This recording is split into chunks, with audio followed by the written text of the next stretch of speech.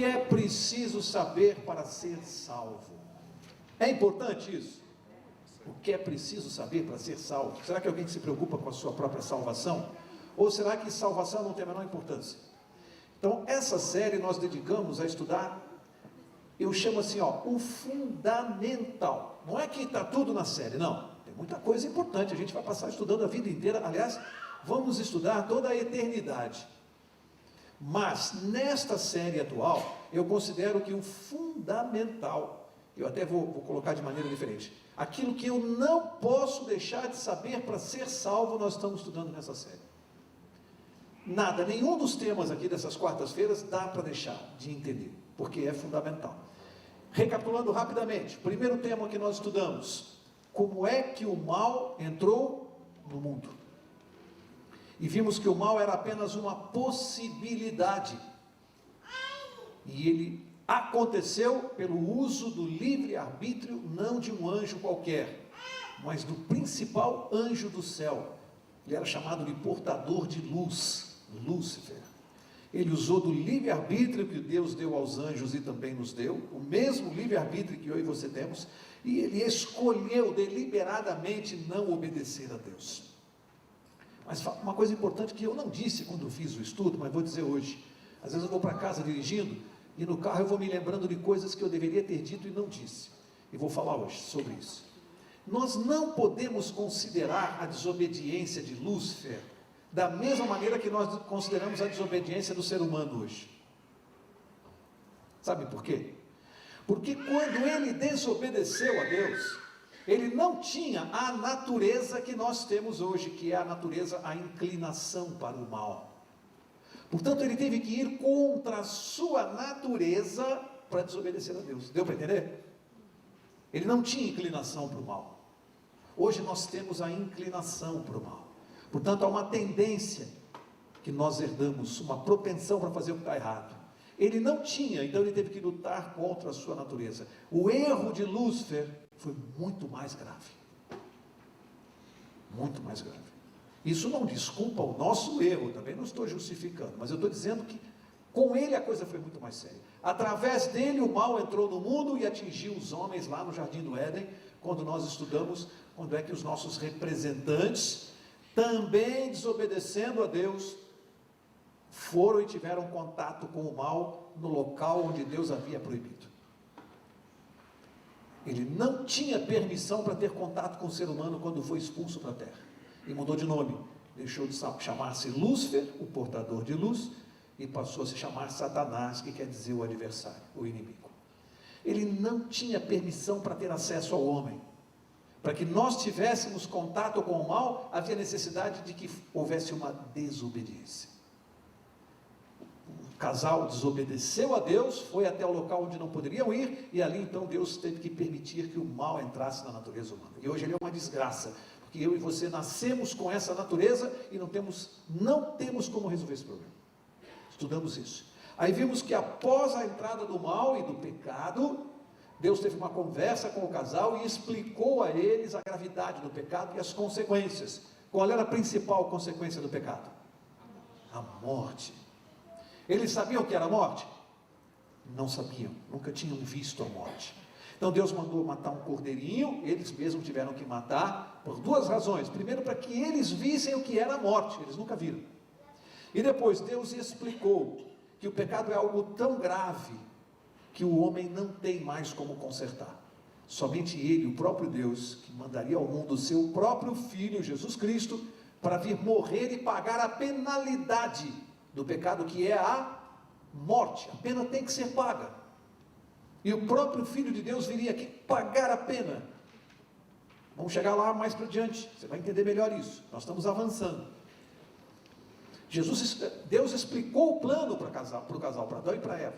E disse: olha, para vocês demonstrarem fé neste plano de salvação, vocês vão matar esse cordeiro, porque o cordeiro simboliza um animal inocente, ele não cometeu nenhum erro, e ele vai pagar com a morte.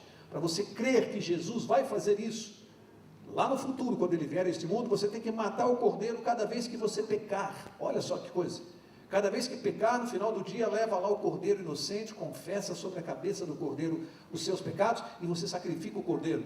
Deus queria que o homem tivesse uma experiência com o sangue do cordeiro, uma experiência ruim, porque você tem que matar um animal inocente. Deus queria que nós tivéssemos essa repugnância, que nós entendêssemos que o pecado atinge inocentes. E depois Deus queria que entendêssemos que só há uma maneira de pagar a pena do pecado, é com o sangue, porque sangue representa a vida, e Jesus teria que dar a sua vida. Não há nenhuma outra forma de pagar a penalidade do pecado sem sangue, é preciso entender isso. Há pessoas que imaginam que o pecado pode ser pago de outra maneira, com obras, ou seja lá com o que for. Não, o pecado é só com sangue, só com o sacrifício da vida de Jesus. Daí estudávamos na quarta-feira passada, os filhos de Adão e Eva tiveram filhos, explicaram isso para os filhos, e eles, entendendo o plano, todos os dias, o que eles tinham que fazer? Levar o sacrifício lá e confessar os seus pecados. E aí nós vimos que os dois irmãos tiveram um comportamento diferente.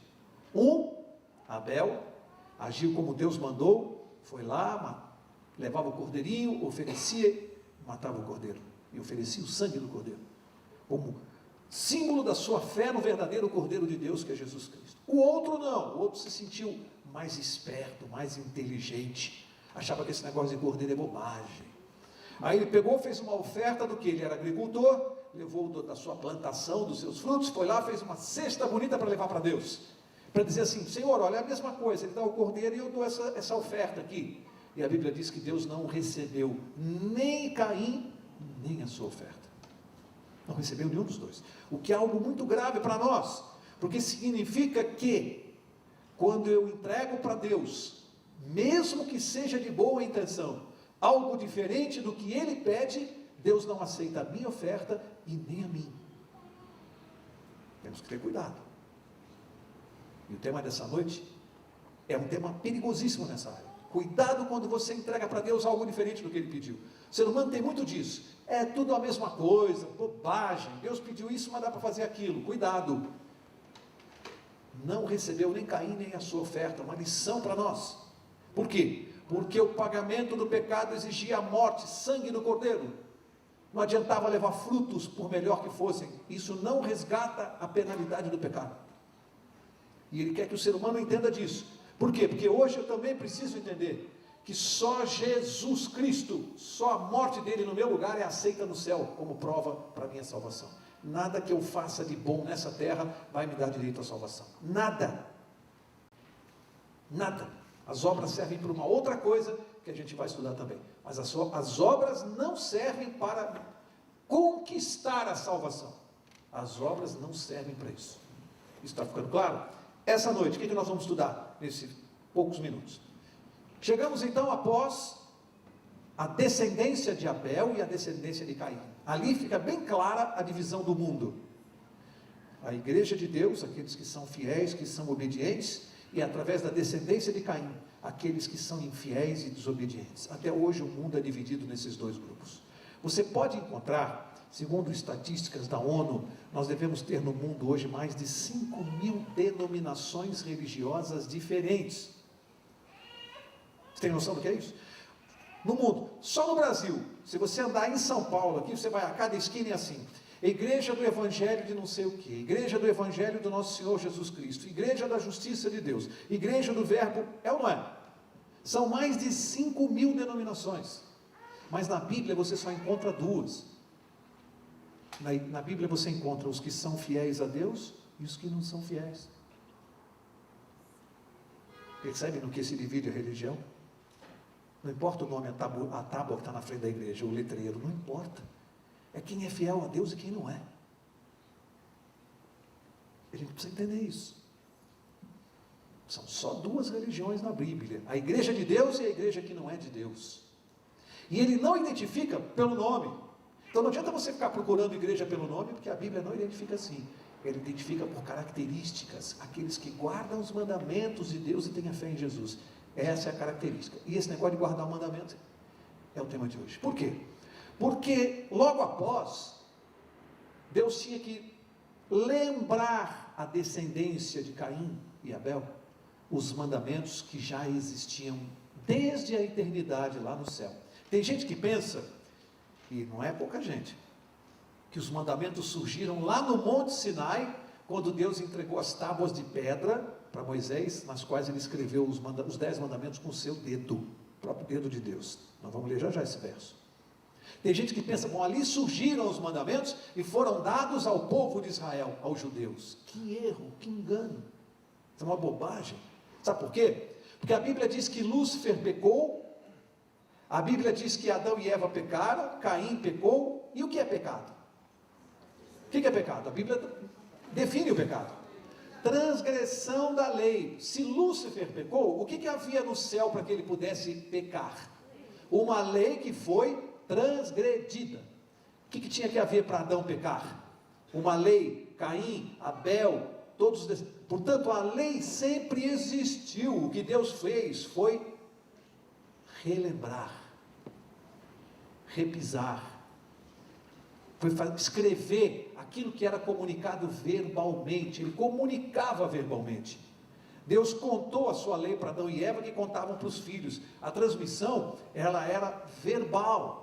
Chegou um ponto que o povo se afastou tanto dos princípios de Deus, que Deus falou assim: Moisés, vem cá, sobe aqui, eu vou escrever aqui com o meu dedo, e você vai colocar essas tábuas, leva lá para baixo e mostra para o povo, porque agora eu vou botar no papel, na pedra, né? Deu para entender? A lei já existia, sempre existiu. Deus escreveu para lembrar, para mostrar para o povo como eles estavam se esquecendo. É por isso que o quarto mandamento começa com esse verbo, né? Lembra-te do dia do sábado. Você pode lembrar daquilo que você não sabe? Deus só estava relembrando. Então a lei não surge ali, é uma bobagem achar que a lei surge ali. Para o povo judeu, a lei sempre existiu para a humanidade, para os anjos e para os homens. Todos estão incluídos nela. Dito isto, eu quero começar a falar sobre a lei com uma pergunta fundamental. Eu passei essa semana pensando num pensamento principal para dirigir o nosso estudo essa noite. E consegui chegar no que eu queria, que é uma pergunta fundamental para nós hoje. É preciso fazer uma distinção entre, presta atenção nisso, entre o que é preciso fazer para ser moral e o que é preciso fazer para ser salvo. Deu para entender? O que é que eu preciso fazer para ser um homem moral, ético, correto, e o que eu preciso fazer para ser salvo? É outra conversa. Tem gente que confunde isso. Amigo, para você ser ético é uma coisa, para você se salvar é outra. Se eu confundir as duas coisas, eu corro o risco de perder minha salvação. Então, o objetivo do estudo dessa série é o que eu preciso saber para ser salvo. A lei de Deus, que nós vamos ver agora, me mostra o que eu preciso saber para ser salvo. Deu para entender a diferença? É fundamental você entender isso. Nós estamos falando de salvação aqui, não estamos falando de ética, salvação. Portanto, vamos ler aqui, abra sua Bíblia em Êxodo capítulo 20, e vamos ler aqui rapidamente os 10 mandamentos que Deus escreveu com o seu dedo nas tábuas de pedra.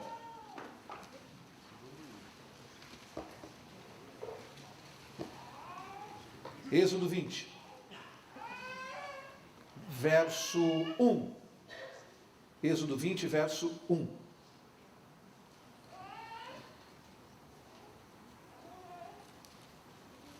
Então falou Deus todas essas palavras: Eu sou o Senhor teu Deus, que te tirei da terra do Egito, da casa da servidão. Para aqui. Antes de começar a escrever os 10 mandamentos, Deus disse algo fundamental. Ele se apresentou e disse: Eu sou o Senhor teu Deus, que te tirei da casa do Egito, tirei lá da escravidão, e Egito aqui é símbolo de pecado. Primeiro Deus revela o que ele já fez, tirou o povo da escravidão, do pecado, e ele diz assim: agora que você está salvo do pecado, olha o que você tem que fazer, anota aí. Percebe? A lei ela é dada não para que o povo fosse salvo do pecado, já estava salvo. A lei foi dada para os salvos. Ela não é para se salvar, é para quem já está salvo.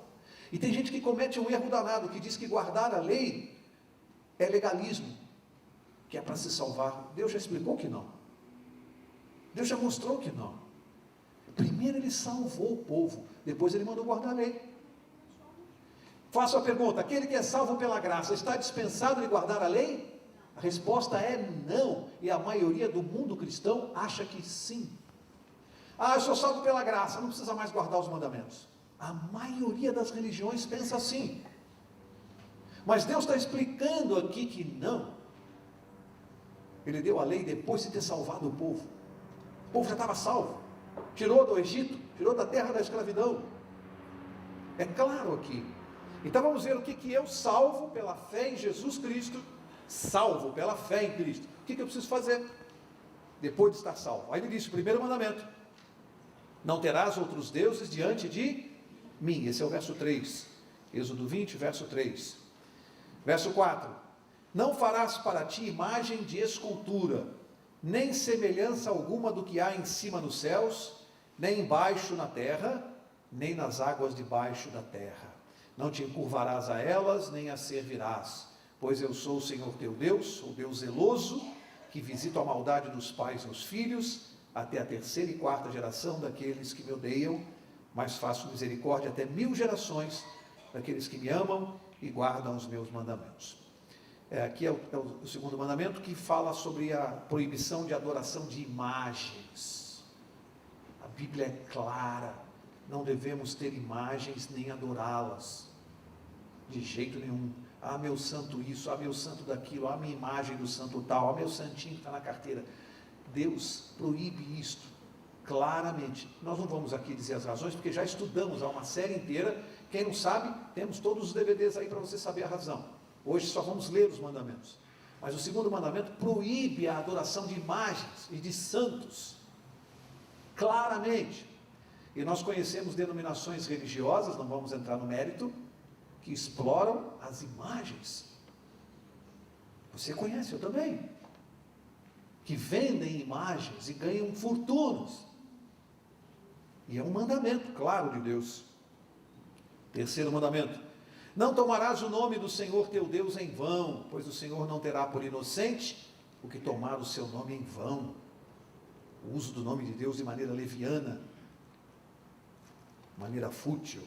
Quarto mandamento: eita, esse aqui, né? Esse é o problema para a maioria das religiões. Mas o mandamento está claro aqui. Lembra-te do dia do... O que está escrito na sua Bíblia? Tem alguma Bíblia escrita, lembra-te do dia do domingo? Tem alguma Bíblia escrita aí? O mandamento é para lembrar-se do dia do... para o santificar. Qual é o dia santo? É o sábado ou o domingo para Deus? Se eu guardo o domingo e diz assim, é a mesma coisa, eu não estou levando a cesta de frutas para Deus ao invés de cordeiro? Deus aceita a minha oferta? Deus mandou santificar o sábado, não mandou santificar outro dia. Esse é o mandamento. O sábado. Verso 9: 6 dias trabalharás e farás toda a tua obra, mas o sétimo dia é o sábado do Senhor teu Deus. Não farás nenhum trabalho, nem tu, nem o teu filho, nem a tua filha, nem o teu escravo, nem a tua escrava, nem o teu animal, nem o estrangeiro que está dentro das tuas portas. Pois em 6 dias fez o Senhor o céu, a terra, o mar e tudo que neles há. Mas ao sétimo dia descansou. Por isso abençoou o Senhor o dia de sábado e o santificou. O dia santo, abençoado, separado, foi o sábado. Esse é o dia que Deus mandou guardar, e é um dos 10 mandamentos. Verso 12. Quinto mandamento: honra teu pai e tua mãe, para que se prolonguem os teus dias na terra que o Senhor teu Deus te dá.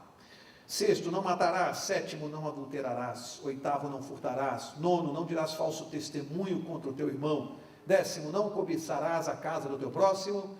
Não cobiçarás a mulher do teu próximo, nem o escravo, nem a escrava, nem o seu boi, nem o seu jumento, nem coisa alguma do teu próximo. Olha só, aqui é interessante, a Bíblia fala em não cobiçar, mas esse termo é mais profundo, porque existe uma diferença entre inveja e cobiça. Vocês sabem a diferença entre cobiça e inveja? Cobiçar é você querer o que o outro tem. Então você cobiça o carro do outro, você cobiça a casa, isso é cobiçar. Você quer o que a outra pessoa tem, isso é cobiça. E inveja é diferente, não é você querer o que o outro tem. Na inveja você não quer que o outro tenha. É um sentimento mais rasteiro ainda. Na cobiça eu quero o carro do meu vizinho. Na inveja eu não quero que ele tenha, então como ele tem eu vou lá e risco com parafuso. Isso é inveja. O mandamento contempla as duas formas. As duas. Uma outra coisa que chama atenção é que a maioria dos mandamentos começa com a palavra não. Não matarás, não cobiçarás, não furtarás. Tem gente que fala assim, mas que coisa chata, não pode fazer nada. Tem gente que fala assim, tudo que é bom não pode. O melhor não pode.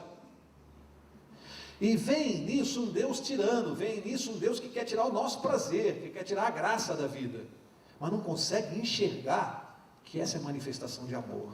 Às vezes só quando a gente dá exemplo é que as pessoas conseguem entender. Eu gosto dos exemplos, das histórias. O sujeito estava fazendeiro, chega lá um oficial do governo e diz que, com seu crachá, e diz que ele veio fazer uma vistoria naquela fazenda, porque há uma denúncia de que em algum lugar ali na fazenda haveria plantação de maconha. Aí o fazendeiro disse, não, tudo bem, o senhor pode ficar à vontade, o senhor vistoriar, pode vistoriar à vontade, só não vai naquele canto lá da direita, naqueles terrenos lá no fundo, não vai lá.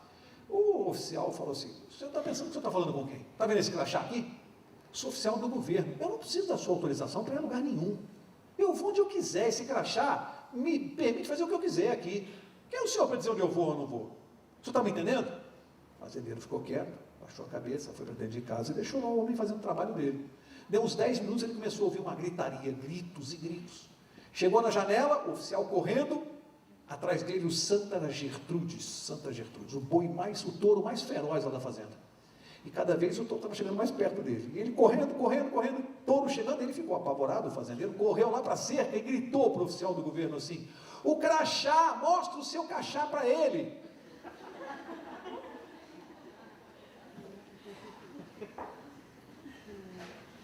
Percebe o não de Deus?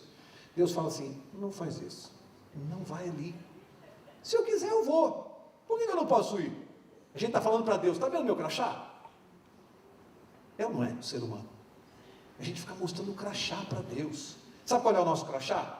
A nossa vontade, a nossa cabeça, aquilo que a gente acha que é certo. Esse é o nosso crachá. Eu faço o que eu quero, ninguém manda em mim. Esse é o nosso crachá. Aí a gente fica mostrando para Deus. E Deus está dizendo, ó, não faz. Se desobedecer, vai ser pior para você. Você percebe que o não é um não de amor? É um não que nos protege. Mas a gente quer fazer de acordo com a nossa cabeça. A gente vive mostrando o crachá para Deus, né? A gente pode fazer. Aí depois, a gente vive correndo dos touros da vida, e quando o touro vem atrás, a gente ergue a cabeça e fala, ai meu Deus, né? Na hora do aperto, a gente lembra de Deus. Mas Deus falou, não faz isso, não faz aquilo. Olha, a Bíblia chama de os 10 mandamentos. Mandamentos de Deus. Mas tem gente que mudou o nome. Tem gente que disse que isso era lá para o Velho Testamento, para Israel. Hoje não, hoje são as 10 sugestões de Deus. Hoje não é mais mandamento, é sugestão, né? Você faz se você quiser, se você achar legal. É uma sugestão, tem gente que vive assim, né? Como se fosse só uma sugestão. Você segue se você achar que é bom, senão você faz outra coisa.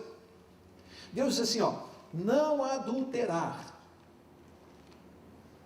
O que é adultério para a Bíblia, hein? O que é adultério? Porque as pessoas que não sabem definir isso ficam meio complicadas. Adultério é toda a relação com aquela pessoa que não é, com quem você não é casado. Isso é adultério. Solteiro pratica adultério? Sim ou não? Não? Se você sai com a sua namorada e você não é casado com ela e vai para o motel, isso é adultério? Pela Bíblia é adultério também. Pode chamar de fornicação, qualquer outro nome. No fundo, você mistura uma panela, dá mesmo. Deu para entender o princípio de Deus? A relação de intimidade, a relação sexual foi criada para ser praticada dentro dos limites do casamento. Ponto. O homem que inventou. test drive. Eu vou casar com aquela garota, vou fazer um test drive, né? Porque, e se não for legal? Gente, a gente ouve gente instruindo as pessoas falando isso. Não, tem que praticar antes, porque precisa ver se vai dar certo, né? Precisa ver se vai dar liga, coisa de pele. Então é test drive. Test drive, né? Você gostou, leva, não gostou, deixa, aí experimenta outra. Tem gente fazendo test drive, Mas Deus falou que não é para ter relação fora do círculo do casamento, dos limites do casamento. Aí vem o homem e começa, não, mas não é possível. Se você está aqui com uma, não está dando certo, larga e pega outra, você precisa ser feliz. Você precisa ser feliz. Então, tem gente que casa 8, 10, 15, 30 vezes, você precisa ser feliz. Não está legal, troca, é como se fosse sapato, né? Está apertando, põe outro novo. Sapato já está usado, tem um sapato novo na vitrine, vai lá e pega. É assim que tem gente que se relaciona com os outros. Está numa relação, já está barrigudo, está careca, está no céu. Vou pegar um saladinho. Nós estamos rindo, né? Será que eu estou falando alguma bobagem aqui? Mas as pessoas dizem, seja feliz. Você precisa ser feliz. Se não está bem, larga. Não é isso que ensina? Não tá, é melhor largar, é melhor para os filhos também, porque eles vão ser mais felizes. Mas Deus diz que não é assim que funciona, não. Olha só, Mateus capítulo 5, aí vem Jesus Cristo. Dizem que Jesus veio e aliviou, né? Acabou com a lei, não precisa mais. Novo Testamento é tudo festa, tudo pode.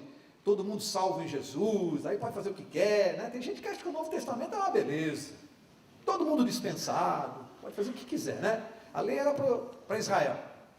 Aí vem Jesus, a quem eles atribuem a mudança, mas só que Jesus fala uma coisa diferente disso. Mateus 5, olha o que Jesus falou no verso 27 ao 30. Ele disse assim, ouviste o que foi dito aos antigos? Não cometerás adultério. De que ele está falando? Por que ele falou o que foi dito aos antigos? Porque essa lei era nova? Ela sempre existiu? Ele lembrou a lei para os homens, né? Já estamos no Novo Testamento, e ele está lembrando a lei. Ele falou, vocês ouviram? Não cometerás adultério. Aí eu disse aqui, que cometer adultério é manter relação fora do casamento. Mas sabe o que Jesus está falando? Não, Mauro, você está errado. Jesus está me corrigindo. Porque ele vai explicar melhor. Verso 28. Ele diz assim, eu, porém, vos digo, qualquer que olhar para uma mulher com intenção impura no coração, já cometeu adultério com ela. Agora complicou. Já é difícil evitar do jeito que a gente pensava que era, né? Só não pode manter relação sexual. Mas Jesus vem e fala assim, não, o adultério, ele não se limita aos atos exteriores, ao comportamento. Deus está dizendo, Jesus está dizendo que os mandamentos, eles não ficam só na parte do exterior das pessoas, só nos comportamentos. Está dizendo que os mandamentos atingem também, alcançam as intenções, os pensamentos. Porque ele diz que aquele que olhar para uma mulher que não seja sua, com intenção impura, está cometendo adultério. Jesus aliviou a lei ou mostrou um caráter mais profundo dela? O que vocês acham? Tem gente que diz que ele aboliu. Você consegue entender isso? Depois que Jesus ensina isso, você consegue entender que ele acabou com a lei? Ele está ensinando isso aqui para dizer que a lei vai ser abolida? Não precisa mais? Você consegue engolir essa? Mas tem gente ensinando isso. Igrejas que têm essa doutrina. Não precisa mais. A graça cobre isso aqui. Que absurdo. Graça é uma coisa. Vamos ver um pouquinho mais adiante. Graça é uma coisa, não tem nada a ver com isso aqui. A lei, ela é eterna. Eu até quero dizer uma coisa para vocês sobre a intenção do pensamento. Eu até falava disso aí esse fim de semana passado. Como é difícil a gente controlar a mente, né? É um trabalho que às vezes demora anos para você dominar a sua mente, para você se libertar da liberdade que você deu para a sua mente para pensar o que ela quer. A gente vai, desde a adolescência, vai dando essa liberdade, vai dando linha para a pipa. Aí lá na maturidade, você se converte, aí você quer controlar a tua mente. Amigo, é complicado. porque ela foi treinada para ter liberdade, para ir onde não deve, para pensar o que não deve. É um processo difícil você dominar a sua mente. Você não vai conseguir. Esse é um trabalho para Jesus.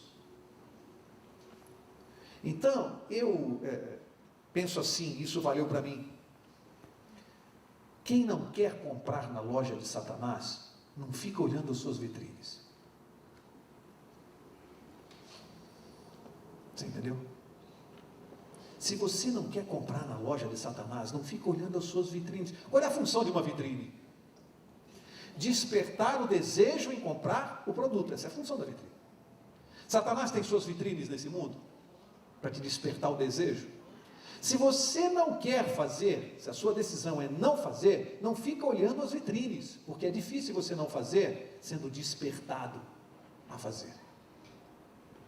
Aí tem cristão que decidiu seguir os mandamentos com seriedade, decidiu ser uma pessoa fiel no casamento, a esposa e tal.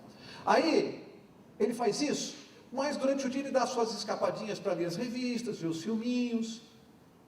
Ele fica na vitrine de Satanás o dia inteiro, depois ele quer ser fiel. Fica lendo o que não presta, o que não deve. Fica na televisão só assistindo aquilo que estimula. Aliás, é difícil você ver televisão hoje em dia, né? É difícil. Você vai mudando de canal, cada canal, aí é um comercial, piora mais ainda, você não sabe. Eu costumo dizer o seguinte, como é difícil ser cristão no mundo que nós estamos vivendo. E olha, não é que a gente queira fazer diferença, mas é mais difícil para o homem do que para a mulher nesse aspecto. O homem, ele é bombardeado. Vocês, mulheres, se coloquem na posição de um homem hoje que quer ser cristão. E ele não tem para onde olhar. Porque na rua, no outdoor, qualquer lugar, para onde você olha querendo ser cristão? Se você não quer olhar na vitrine de Satanás, para onde você olha? Se coloca no lugar de um homem cristão. Como é fácil julgar, né? Às vezes as pessoas julgam, né? É cristão, olha do jeito que ele olha aquilo que ele brincou, é fácil julgar, né? Como é difícil ser cristão. Tem que andar muito com Jesus para você conseguir. Tem gente que quer desistir, não desiste não, meu amigo. Não desiste não, a gente vai chegar lá. A cada dia, Deus vai limpando um pouco do pecado que está na nossa mente. Esse é um trabalho para uma vida inteira. Limpar a mente é um trabalho para uma vida, chama-se santificação. E a gente não pode desistir. Se você julga com facilidade um irmão, porque você acha que ele tem pensamentos impuros, seja mais misericordioso. Seja mais misericordioso. Não julgue o seu irmão quando ele é fraco numa coisa e você é forte naquele ponto. Isso é covardia. Vou dar um exemplo. Eu nunca usei droga na minha vida. Nunca experimentei. Não sei o gosto de um cigarro de maconha. Não sei. Às vezes a molecada goza, né? Porque entra num certo lugar e a gente, pô, que cheiro estranho, né? Aí o molequinho, às vezes de 10 anos, fala, isso aí é cheiro de maconha, tio. Ele sabe, eu não sei. Porque eu não conheço o cheiro de maconha. Para mim aquilo é um cheiro estranho. Então, imagine, eu nunca usei droga e vou olhar para um rapaz que é dependente e vou falar, esse cara é sem vergonha, pô, não tem força de vontade, pô, toda vez está ali com esse negócio e volta e faz, pô, esse cara não tem brios. Fácil julgar, né? Julgar o ponto fraco dele no ponto que eu sou forte. Como é fácil? Sabe como é que a gente tem que fazer? Olhar para o ponto fraco dele e pensar no seu. Pô, ele é fraco naquilo, mas eu sou aqui. Então a droga para ele é mulher para mim. Aí você vai entender o problema dele. Então quando você for criticar um irmão, cuidado. Porque se você acha que ele é fraco num ponto, pensa no teu ponto fraco. E você vai ver a dificuldade dele. Cada um tem o seu problema. Cada um tem a sua pedra para tropeçar. Vamos para começar a terminar? Já que a lei de Deus está em vigor e nós somos salvos pela graça, pela fé em Jesus, não há dúvida, gente. Jamais nós vamos ensinar que alguém vai se salvar por guardar a lei de Deus. Jamais. Isso é antibíblico. Você não vai ouvir isso aqui. Ninguém se salva por guardar a lei de Deus. Ponto. Não se discute isso. A salvação sempre foi no Velho Testamento e sempre será pela fé em Jesus.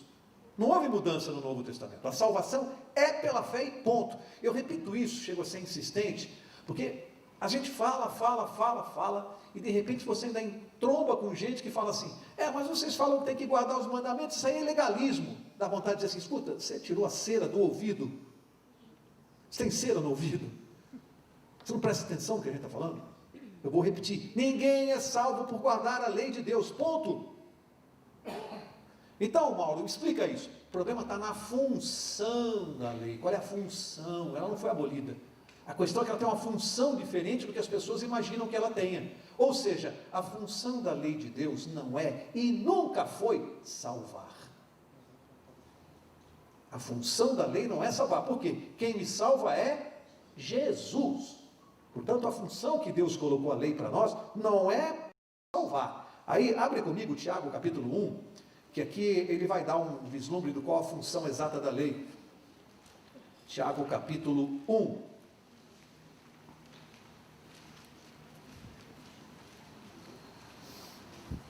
Diz lá,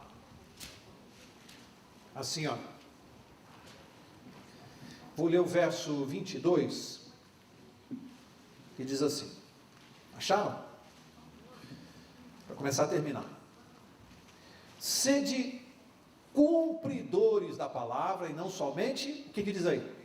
Ouvintes, enganando-vos a vós mesmos. Qual é a diferença aqui desse verso, dizer sede cumpridores e não ouvintes? Qual é a diferença? Porque tem gente que ouve a palavra de Deus, conhece, sabe tudo, sabe de cor, mas não faz.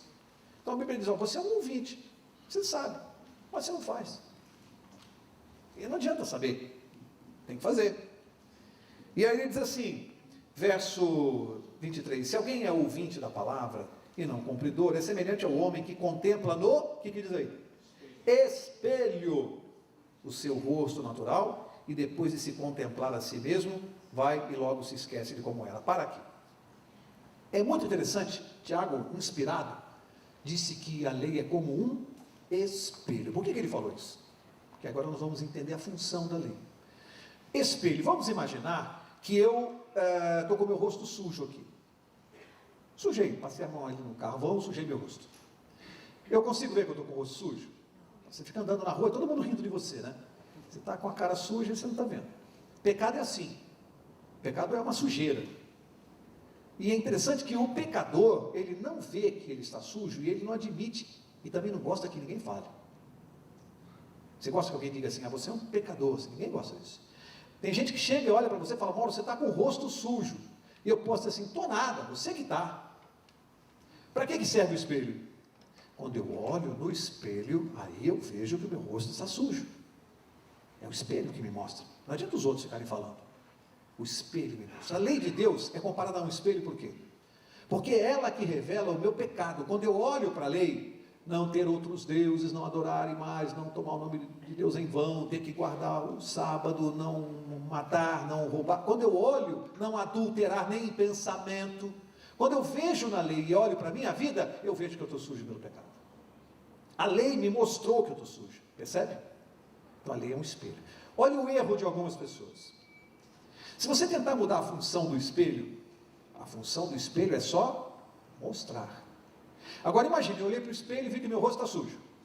Já vi. Aí eu pego o espelho e faço assim, para limpar. Limpa. É a mesma coisa que você tentar se limpar com a lei. Ela não tem essa função de limpar. Ela só mostra, mas ela não tira o pecado.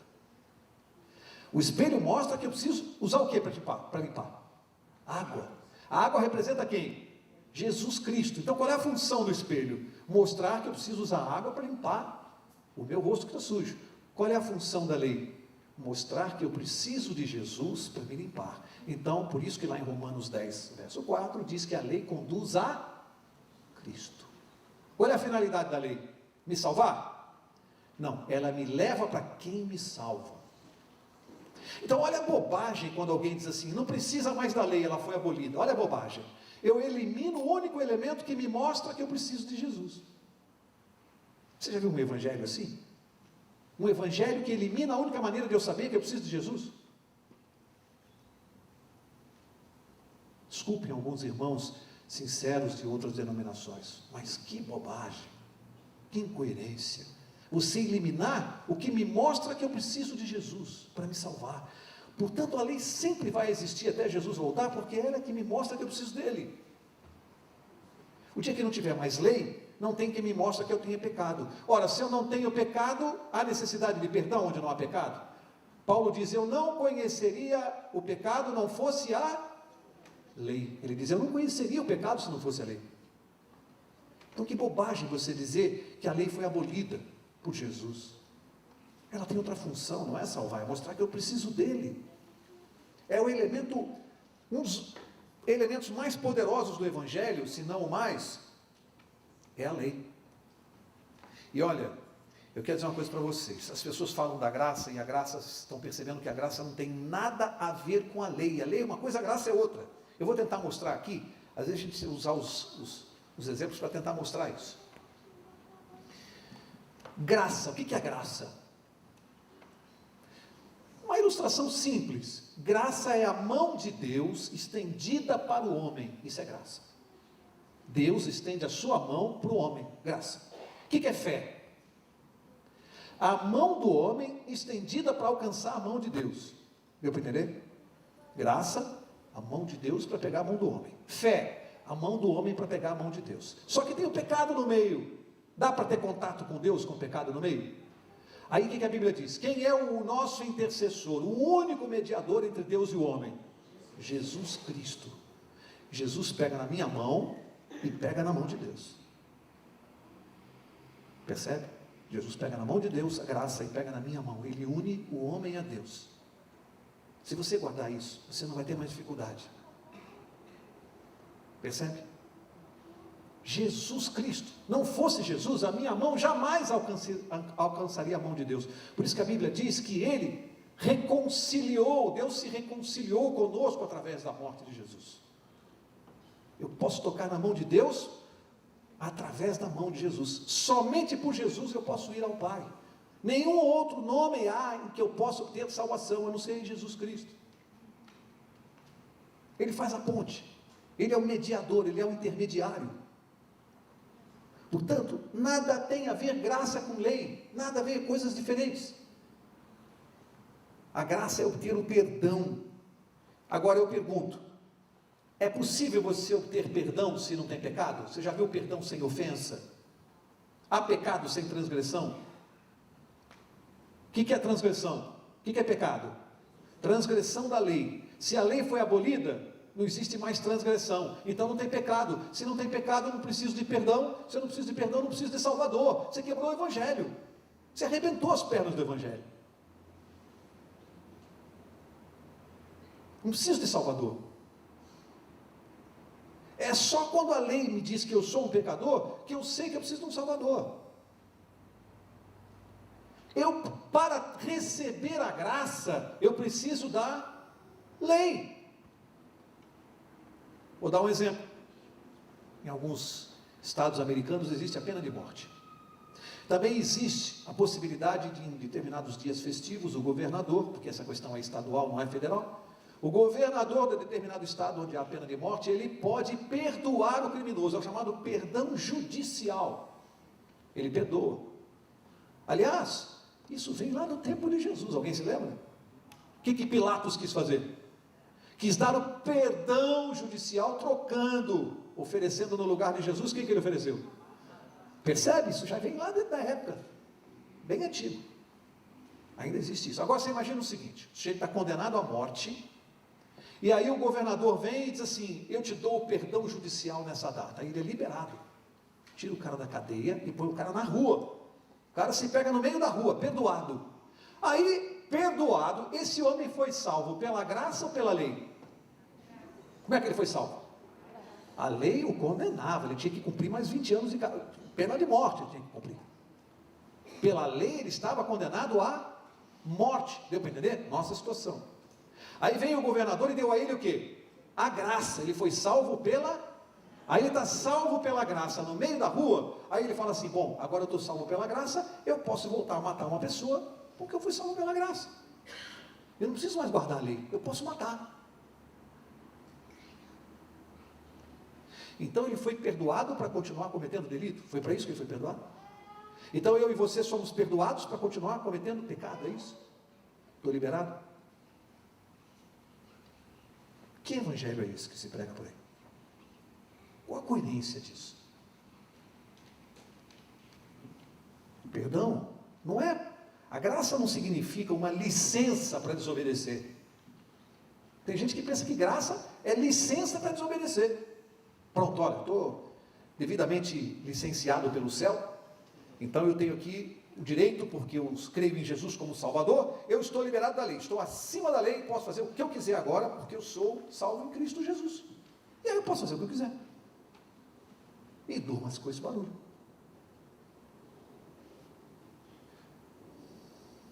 Vamos encerrar. Essa lei que Deus deu ao homem desde lá do início da criação, e depois ela foi reiterada no Sinai, como nós vimos hoje, ela foi reiterada. Deus escreveu com seu dedo em tábuas para que o homem lesse e não se esquecesse de novo. Essa lei tem uma outra razão que nós vamos ver na próxima quarta-feira. Ela será a regra do nosso julgamento. E como havia aquela cerimônia naquele tempo, para manifestar a fé em Jesus, qual era a cerimônia que nós vimos? O que tinha que fazer?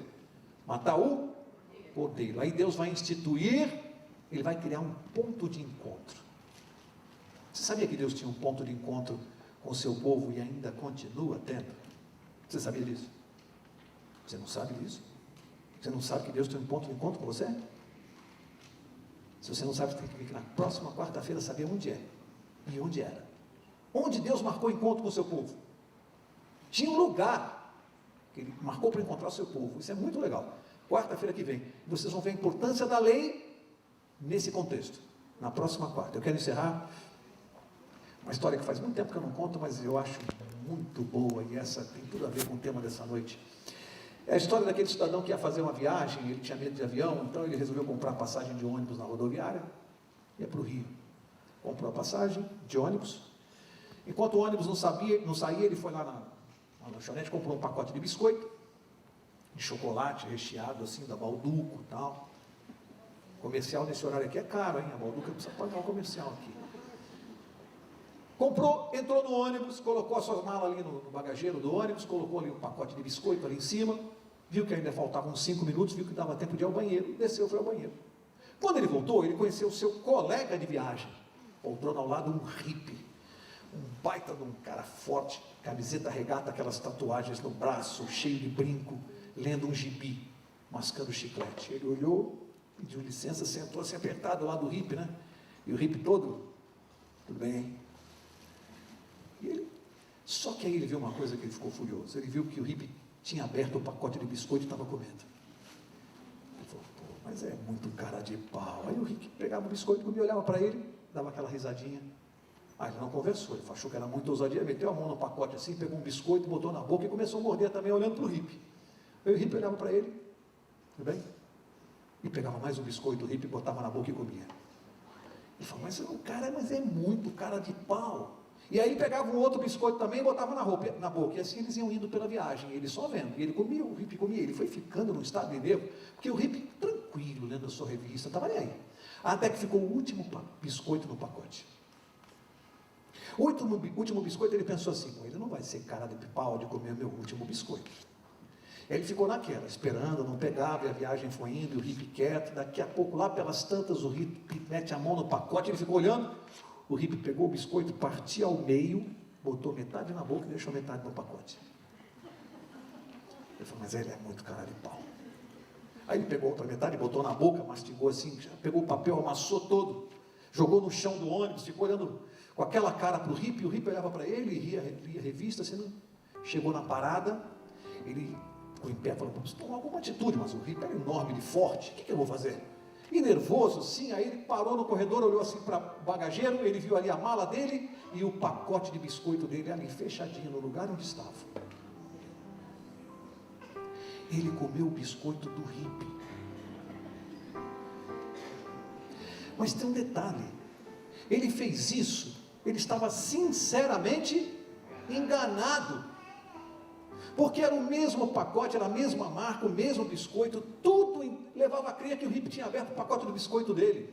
E ele reclamando com o hippie e comendo o biscoito do hippie. E o hippie, ainda sendo gentil, ainda deixou metade para ele. Por que eu quero encerrar com essa história? Será que alguém entrou aqui essa noite sinceramente enganado? Será que alguém entrou aqui e descobriu que anda comendo o biscoito do hippie? De repente você chega e descobre que os mandamentos estão em vigor, que tem que guardar sim, que o dia santificado é o sábado. Amigo, numa situação dessa não há o que fazer. Nós temos que ser sinceros com Deus.